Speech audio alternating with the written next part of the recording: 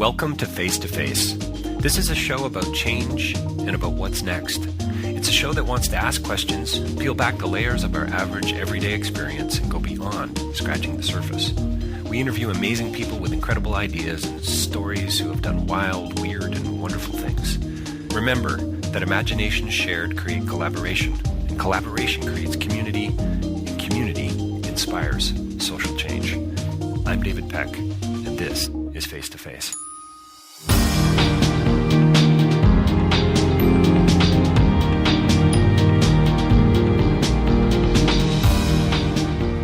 So my next interview was an utter delight to do. Kathy Eldon. You are going to absolutely have to spend time listening to this interview. It's really not that long, and it's going to fly by for you. Kathy and I touch on a little bit of everything. She's wonderful. She's delightful. She's got so much passion and energy and a real commitment to turning the world upside down, and has a history to prove it. She's got the evidence, and some of it's empirical, but most of it's all based and rooted in relationship and story, and that is just what makes her so ridiculously compelling to listen to. So have I said enough? She's got a book, her memoir, In the Heart of a Life. She has many books. She's involved in a film that's soon to be released. The Journey is the Destination, about her son, who was a journalist, the youngest Reuters journalist at 22, who was, I'm going to let you find out more about it. She's involved with an organization called creativevisions.org. In fact, the founder, and still very much involved there. You're gonna hear about compassion. You're going to hear about being fearless and about global tribes and about what it means to actually make a difference in the world, and about creative activism, and why Kathy believes that life really does begin beyond our comfort zones. What a delight. I'm already looking forward to part two. Kathy Eldon is coming up, and for more information about podcasts and my speaking and my writing, davidpecklive.com, rabble.ca. Stay tuned, buckle up. Kathy Eldon coming your way. Well, welcome to Face to Face. We're joined by another very special guest here today, Kathy Eldon, who I kind of met, but from a distance. We never shook hands, but I'm hoping we made eye contact when you were sitting on that. You're that really good-looking guy in the fourth row back left. Was that seat 12B? That's where I was. That was sitting. it. That was me. I knew it. Yeah. So, Kathy, thanks for joining us today. It's a real privilege to have you on the show. Thank you.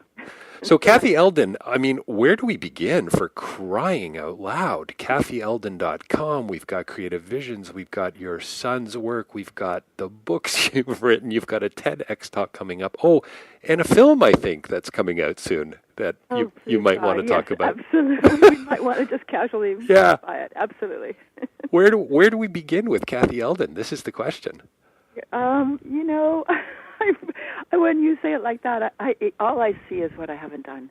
Wow. I'm fixated, focused eternally on the prospect of so much more ahead and so much to do in this ridiculously challenging world, divisive, hateful rhetoric and nonsense at a time when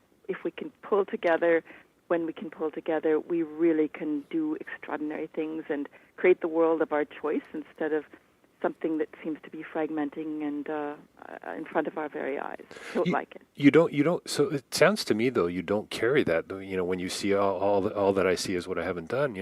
I think I share that to some degree, but you don't seem to carry that as a burden, or do you?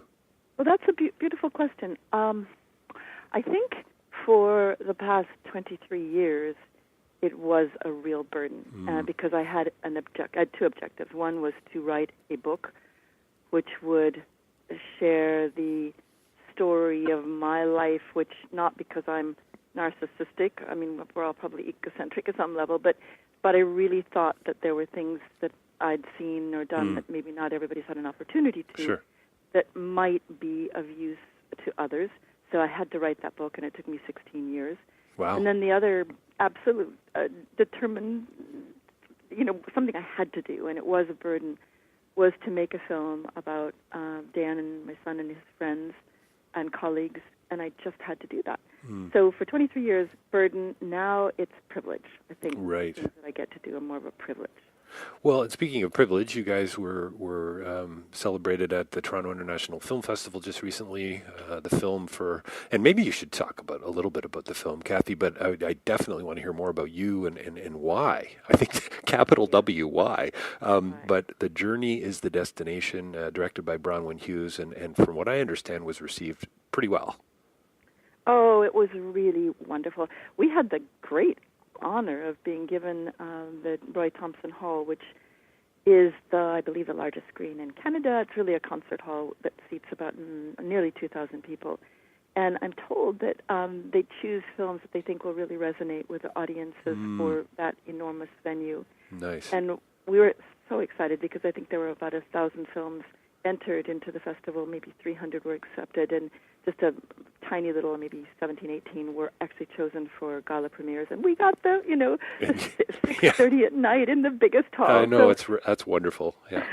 Were you at that? I wasn't. I'm so sorry I wasn't there. No, and I have to say, just it was a real a feat of juggling and planning and scheduling this year for me. I had about 30 different interviews. It was. Oh, gracious. Oh yeah, but I will get out to see the film. When. Oh yeah, speaking of that, let's get a plug in. Wide theater release is coming, but not quite there. Is that right? No, and this is an independent film. Right. It took us many years to really get it going, and it had a studio start, which is when we attached a phenomenal scriptwriter, Jan Sardi, who had just come off of Shine, where he was nominated for an Oscar.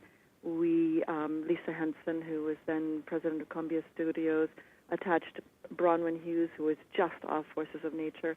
And these are two extraordinary people. And I had the great privilege of working with Jan for about 3 or 4 years early on as he was writing the script and crafting it. And he would call, I would call him almost every day at 3 o'clock in the afternoon my time, because it was then Australian time. He had just wakened up, and he would tell me his latest sort of dream world of dreaming new scenes and characters. And he just always felt that Dan was in that dream world with him.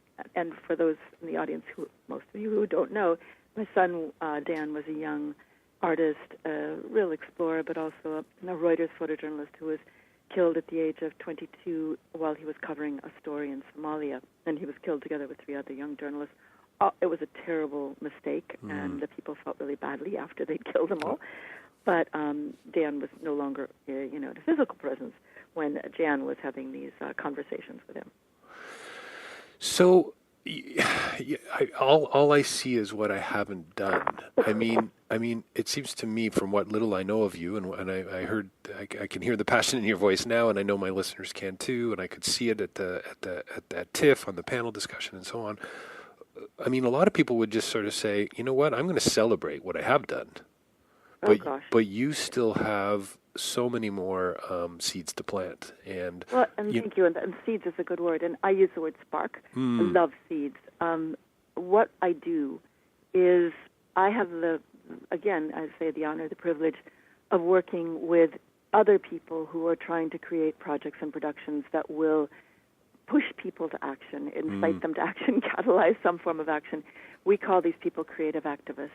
And it's a term we coined many years ago to describe that creative spark that exists within each one of us that I always think could be used not only for yourself but also for others. And in 1998, we launched a foundation called Creative Visions, which was the name of my production company, which we'd started in 1990 to make a film about ivory poaching. But Creative Visions exists to support creative activism worldwide. And it's really been fun because we've worked with more than 260 individuals who have projects and productions that art, music, dance, drama, film that deal with social, humanitarian, and environmental issues, but in a really sort of storytelling fashion. Everything's about the story. Right. And what's the story?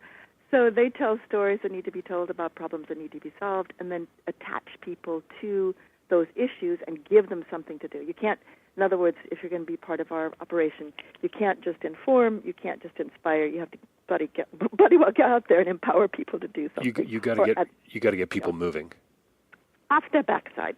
And how, okay, so believe me, I'm not looking for the one answer, and I really rail against polarization and debate and conversation, and when it comes to political issues and so on. I mean, relationships, how can it be either or, right? It's nuanced, it's subtle. But how the heck do you get people off their backsides? Is it cumulative over time, Kathy? Do you think? I love that you said that. I started off in 1988. I was a journalist in Kenya, and I was the only journalist allowed on the set of Out of Africa. Wow. Okay.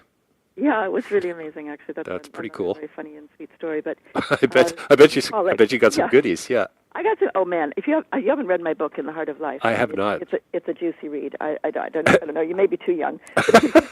That's funny. That's funny. I was privileged to be. Again, I keep using that word, but I was really lucky that Sydney. Well, thank you. Sydney Pollack had read an article that I read on the woman who wrote West with the Night, Beryl Markham, and so he asked if he could go meet Beryl. And at that point, Beryl was 85 and existed on a diet of mostly nothing except gin and tonics. So with orange. I'm pretty sure I've done that diet actually at one point. You know, she looked great, man. Did she have those cheekbones, everything? She'd had unbelievable life and had been the first person to fly from west to east. So I took him, but urging him to bring along a bottle of gin if she really wanted to have, the proper story. Maybe it was vodka, I can't remember. But we had a wonderful visit with Beryl, and then he very kindly invited me to be able to go on set because it was really like a military operation. Right. But, with that exposure, I just realized that journalism was one thing, and it was great, and I loved it. But, the newspaper sold maybe 200,000 copies, and then maybe 1 million people saw it because it was passed around.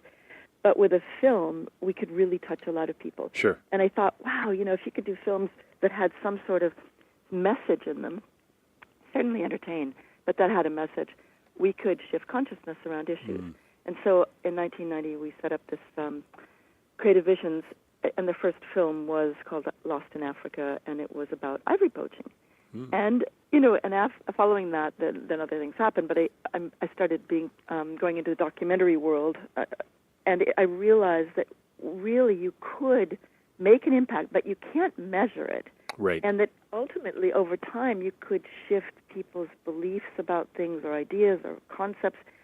But it's really hard to measure. But me, as the age that I am and the perspective I have, I can see that people are shifting. Right. And Al Gore, when he did An Inconvenient Youth, he shifted people's thoughts, and it didn't happen, and he didn't get elected, and please, I wish he had, because we would be way further along in climate change, countering it. But he made people think. Yes. And so many of the films that I've had the great pleasure of being around, and we're an umbrella for many, many extraordinary films. And people are waking up. The film on rape, The Hunting Game, that really woke up people around rape on college campuses. People are doing things about it, and I think it awakened them around sexual assault, and that's part of the response right now that people are having right after seeing the tapes that are, sort of blatantly claiming the right to sexually assault other people. So yeah, I think we can wake people up. So but it may take time. What's fascinating to me is you've got. I mean, it's interesting. I've always thought, and it's probably not my quote by any means, but we measure what's easy, not what's meaningful. So we love numbers, right? So 200 people were there, or we got our message out to X and Y, but we don't really get down to the stuff that actually matters. The stuff, the relational stuff that actually is moving the needle, that is making a difference. But you've been at this for a heck of a long time. I think, and this is a crazy thing, but I think because I don't know, it was 1988, I was in Africa, and I had a really good life. I had an amazing life. I had everything. And there was something within me and that was really pushing me out of that life, and it was complicated, and other issues arose that I'm fully responsible for, but there was also this feeling inside me that I needed to be involved in something besides what I was doing, right. As far as communications.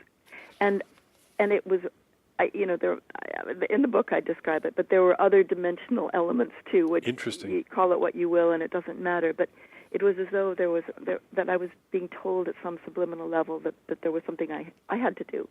And I believe that all over the world there were people who were rising up at that time and being conscious, being aware, and shifting their gears. And I talk with lots of people who are involved in conscious media, for instance, and there was a kind of awakening back then amongst many of us.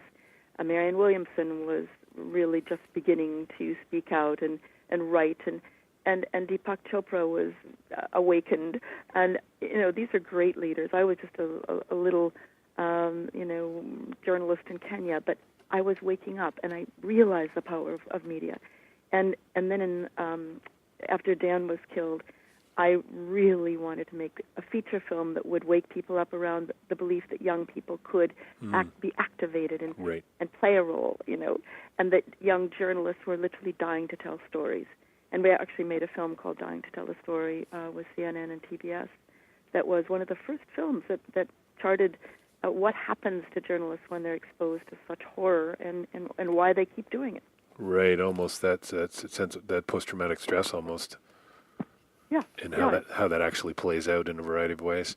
I was in Kenya in 1989. I spent 4 weeks in Eldoret. I was an electrician on strike at the time, helping to build a medical clinic. I was approached by a group of people, and about 20 of us went on this trip. And it was to say that it changed my life. I met a guy by the name of Josh. When I speak publicly, I tell everybody about Josh and how he changed my life. And sadly, I have no photos of Josh, pre-digital, of course.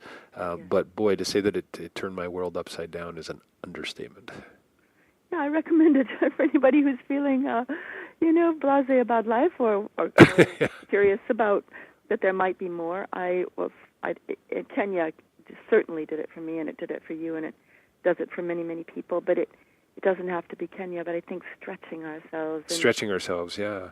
The sense of waking up. Waking up, life begins beyond our comfort zone. That's a great line. But I honestly, Kathy, you sound so positive, but I don't know if people actually believe that. Do you really think they do? That life does begin beyond our comfort zones? I don't know what people believe. I know it's what I believe. I think we are phoning it in so much of the time. We are living almost in a dream. And it's not a bad dream necessarily, or it can be. It's just that we get in habits, and I believe that if you chart, they have ways to chart your cell phone movement, and it just tends to be kind of looping back and forth and in and out and over and under. You're not really going very far beyond a particular path. And when you do explore, and Dan actually he had a wonderful phrase, what's the difference between exploring and being lost? Or there is little difference between exploring and being lost. Right. The sense of getting beyond just what is right in front of you and you see every day, and we don't see it anymore. When you drove to town yesterday, do you recall seeing absolutely anything along the way? Or were you listening to the radio? Or, we're in a waking dream so often. And I think travel is the solution. And when I say travel, I don't mean you have to go to Somalia or Kenya. You can go to an unexplored part of town and open your eyes and go to a restaurant that you would never, ever, ever think of going, try it out. Try pig knuckles. Try They're very tasty. Somebody testicles. Be a bull. Try something different. That's right. Stop being boring. So when Dan decides to become this explorer, if I can call him that, where does that put you? Do you feel sort of excited about the path that he's decided to take back at a very young age, and obviously went on to do great things in the film and so on, and his journals have impacted and affected so many. Where were you at the time? Wow, it's okay for other people's kids, but I'm not so sure about my own. No, not really. My parents at 90 were still traveling. They went to, I think, probably 70 countries, and wow. Chicago Council on Foreign Relations. They were really. So they've been to more countries than I have. There's a real thread here. There's a thread. I grew up in Iowa. It's like, I don't know what the center of Canada, but I grew up in Cedar Rapids, Iowa, and it's a really wonderful town surrounded by cornfields. And at a very early age, I wanted to know what was beyond those cornfields. Oh yeah, I guess so. And I was so lucky at 16. I was selected to go to South Africa as a foreign exchange student, American Field Service. And I was the only one who was chosen to go to an Afrikaans school. And remember, it was 1963. It was a really long time ago. And apartheid was booming, and the riots in Soweto were happening, and it was a very, very tense time. And my parents, sort of sat me down. I didn't even know where South Africa was. I'd applied for the Southern Hemisphere. I thought Guatemala, Mexico, maybe, maybe Venezuela. I didn't know there was a place called South Africa. And my parents had to really think about whether they wanted me to go to this really dangerous place. But I was being sent to this tiny town in the middle of the Orange Free State, which was remarkably like Iowa.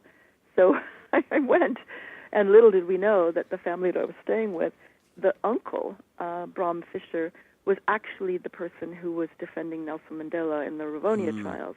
So our house was watched and our phone was tapped, and it was extremely tense. And it was fascinating because I was going to school with the Boers, who were good people, but they had been brainwashed by the church to believe that black people were, right, not exactly, people who should be treated as equals. So it was a really interesting time. And the irony now is that I work with Quaker Mandela, whose grandfather, he is very aware of the role that Bram Fischer played in saving his grandfather's life. And it's just so beautiful that he and I get to work together. Yeah, it's amazing. Wow, the connections you've made along the way. It's just it's truly remarkable. You talked about this. Call it what you want. You said this need that you felt to be involved, and I think I saw a trailer for the film, or maybe it was off the creative the website, but talking about Dan and saying this was what he was made to do. Absolutely. Do you know where I'm going with this? Like that sense of being, getting out of bed going, I can't do anything else. I can't do otherwise. I have to change the world. I have to get involved. I have to roll my sleeves up. That's fascinating to me. Well, and thank you. And I think that came very much from his upbringing. Right. He was brought up, we moved to Nairobi, Kenya when Dan was 7 years old. He'd been, up until that time, I'd been locked away in the suburbs of England, not because we wanted to be in the suburbs of England, but of London, excuse me. My husband was running a computer company, and he was British, and I ended up in this sweet little town, as frustrated as possible to be, because I'd gone to a college, actually Hillary Clinton's college, Wellesley College. Oh, okay, interesting. It was a year behind me, and Hillary and I, and everybody went to Wellesley, were absolutely conditioned to engage in the world around us. And I was in the suburbs with two small children, and I was frustrated and really desperate to roll up sleeves and do something that mattered. And moving to Kenya was an explosion, a sort of technicolor dream for me, because most things hadn't been done already. You didn't have to have a PhD or even a master's degree. You didn't necessarily have to get a license to do it. You just did it. A problem, and you just did it. And I called them creative, active souls, who are out there making things happen. It's good. And I got to tell stories. I talked my way into the newspaper and magazines and wrote books, and I got to interview the most amazing black, white, every possible shade of people. And Dan trailed along behind me, and Amy, and it inspired, these experiences, these people inspired Dan. And his best friend was Philip Leakey's daughter, Laura, Louis Leakey's granddaughter. Louis Leakey was the greatest paleontologist. His son Richard is still... Yeah, that's crazy. Yeah. So, Amy was off with Mary Leakey exploring Olduvai Gorge, when she was 4. Dan's best friend was a young man named Lengai Crows, and Lengai lived on the edge of the Nairobi Game Park. They were running after giraffes and playing with the Maasai warriors when he was 14, 13, 12, 10. So for them, it was perfectly normal to ask to drive down to South Africa when he was 17 years old in a battered old Land Rover that he convinced his grandparents to help him buy in lieu of going to college right away. He wanted to take a year on, not a year off. But, this was not such a great coming phrase, out of outer space, this desire to Right. explore.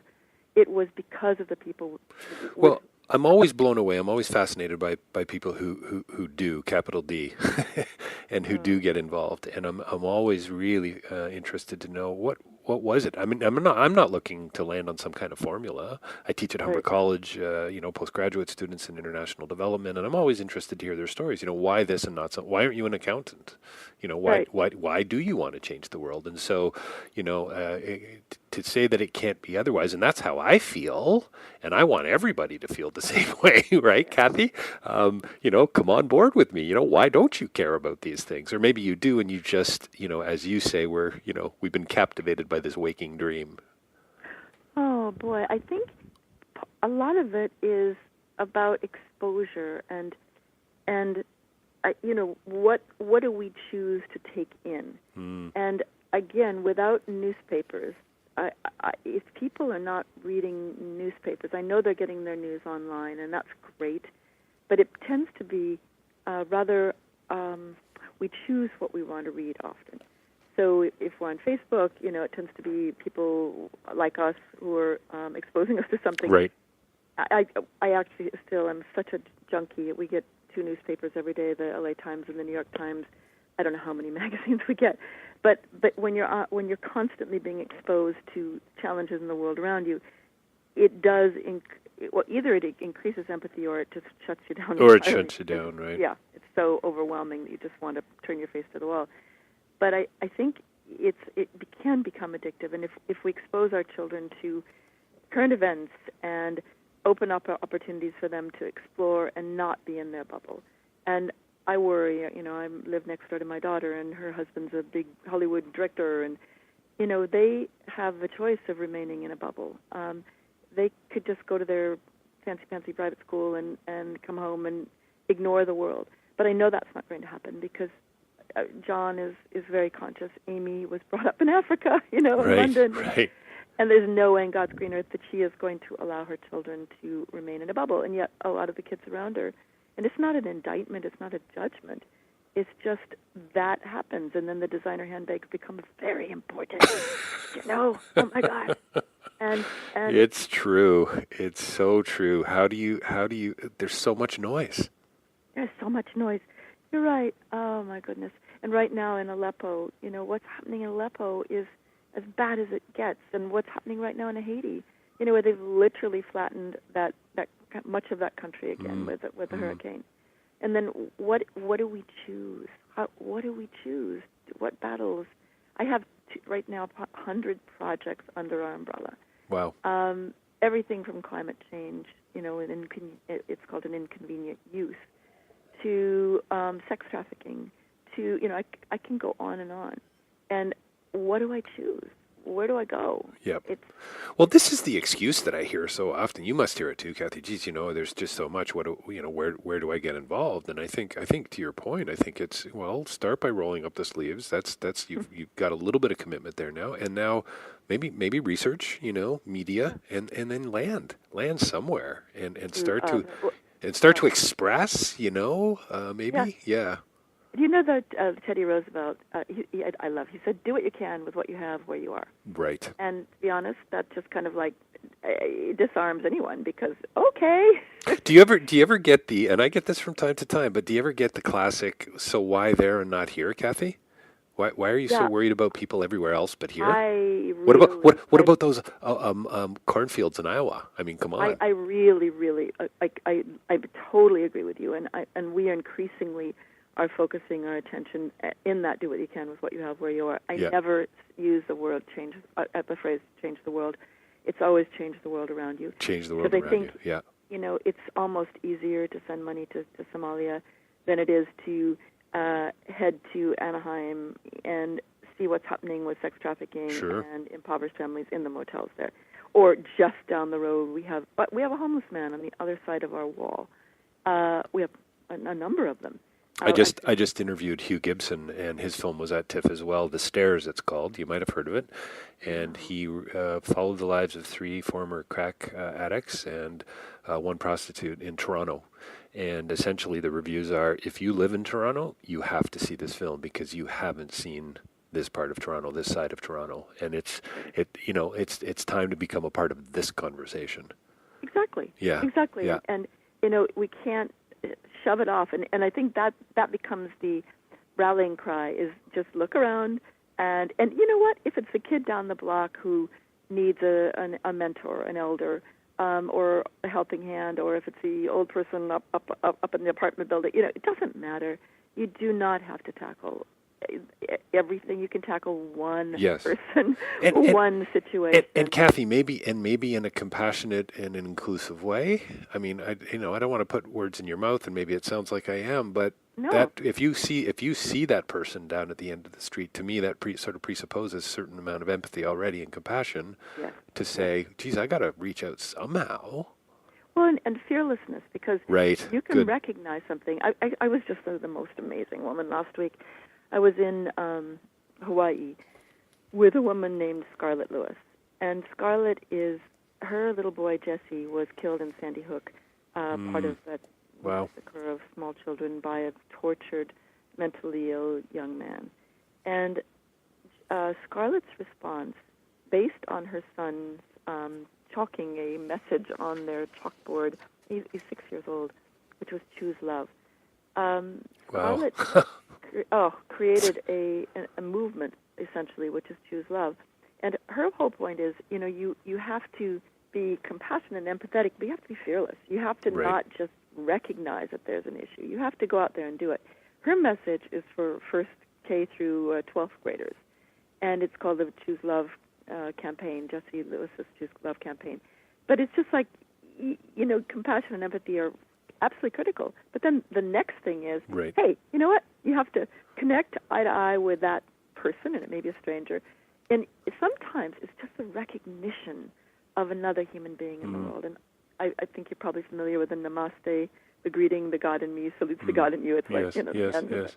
But I love that, and just seeing someone. Well, I love the word recognition. I mean, if you truly do recognize the other, if you truly do, I guess, validate them, whoever that happens to be, it seems to me that that's a step. It's the step that has to take you in the right direction. Well, I love what you just said, the recognition of the other. And in this world I'm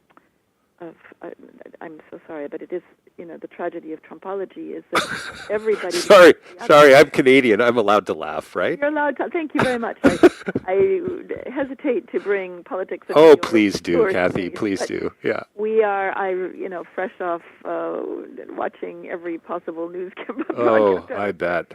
The other. Who is the other? Yeah. And the other, disabled, black, women, everybody's the other and nobody's the other. To somebody, we are the other. So get over it. Just stop it. Yeah. Get over it. And recognition that we're all the other, recognition that we are all in this together. And quite frankly, the challenges that we're facing in our world at this moment are only going to be solved if we come together as what I call a global tribe and handle it together. It just doesn't work any other way. Global tribe is great because that helps to sort of deal sort of with that question, why here and not there and vice versa. It's not, and again, it's to my earlier comment, it's not either or at least I don't think it should be.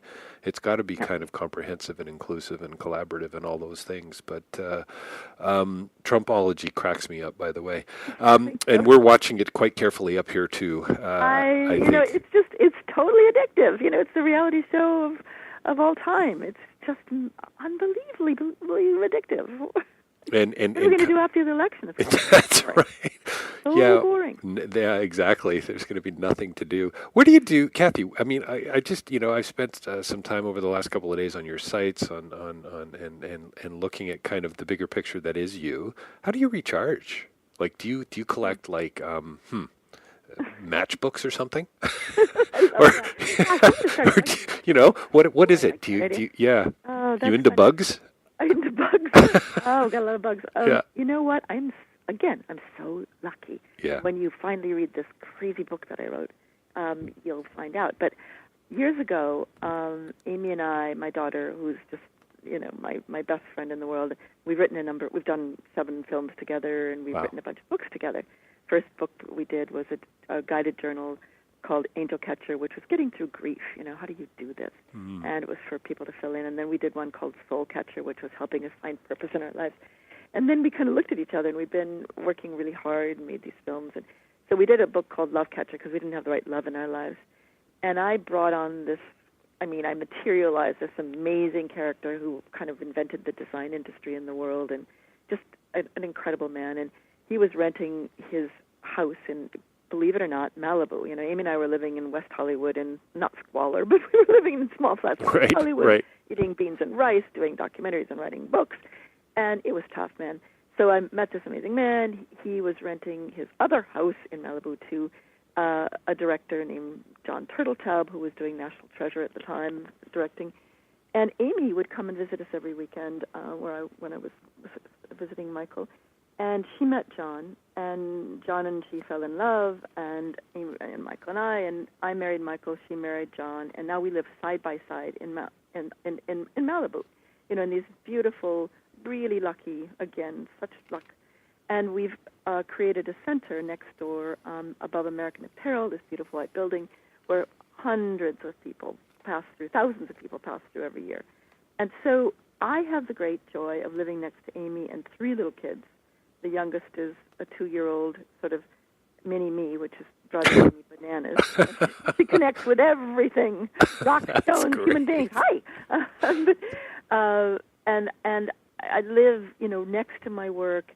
How can I ever, I don't need, the recharge comes with lots, with small children. The recharge is built in. It's built in. Yeah. There. Yeah, the that's recharge fantastic. is going upstairs and talking. Today I've got 5 meetings with people who are doing amazing things in the world. Yeah, and I get to tell them, hey, you keep doing it. It's going to be okay. Yeah. Don't give up. Yeah. And by the way, maybe you might want to consider meeting, blah, blah, blah. What a treat. Yeah, that's amazing. How can I go wrong? The idea of not being able to do this sends me to despair. Right. That would be awful.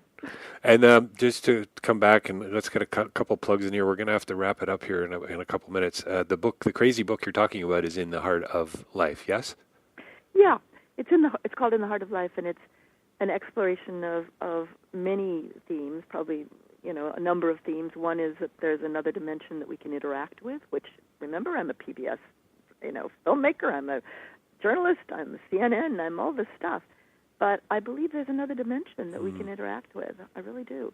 It's a film. It's a book about love and passion and suffering. Passion means suffering as well as just love. And it was really hard to write it, and it reveals a lot about me, and not all of it is good at all. I can't wait to read it. Honestly, thank you. I think you're too young. I don't think you should. I think I'm too young. You may not want to interview me anymore. That's right. That's right. It's gonna change everything. Yes, a dark cloud will descend over David's life. Yeah, I don't think so. I don't think Forget that's it. even. Do the other one, The Journey is the Destination. That's Dan's book, and it's just amazing.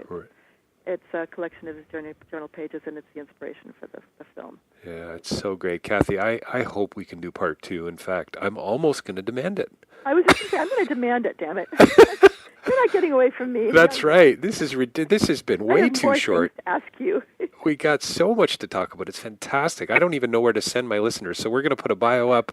We're going to put some links for people. We'll send them to your website. That's folks. That's Kathy with a K. Kathy Eldon, ELDON.com. Look up the film. The Journey is the Destination. Still quite live on TIFF.net's site. The Journey is the Destination by Bronwyn Hughes, and we're hoping maybe I'm going to be able to do an interview with her. And then, holy smokes, if that's not enough, we've got creativevisions.org, and it just, I'm astounded by what you're up to, Kathy. It's amazing. Thank you. Don't forget DanEldon.org. Right, of course. Dan's I'm sorry. So pretty noisy. I call him a noisy soul, noisy spirit. Well, and there's such a great, and on creative, I think it's on creativevisions.org. There's a really great, 4 or 5 minute film clip that everybody needs to see about Dan and his life, and it's a really nice way in. So I'll definitely direct people there too. Wow, what a pleasure! Thank you so much. Thank you. Love it, David, and I look forward to hearing your conversations with far more interesting people than me. Great. And thank you so much. Oh, you're very welcome. And listen, I think we need to get a T-shirt. Life begins beyond our comfort zones. If that doesn't already exist, I don't know if it does, but I think I'm going to go. We got to do something about that, Kathy. Yeah. I love it. Thank you. Thanks so much for your time. Cheers. Bye-bye.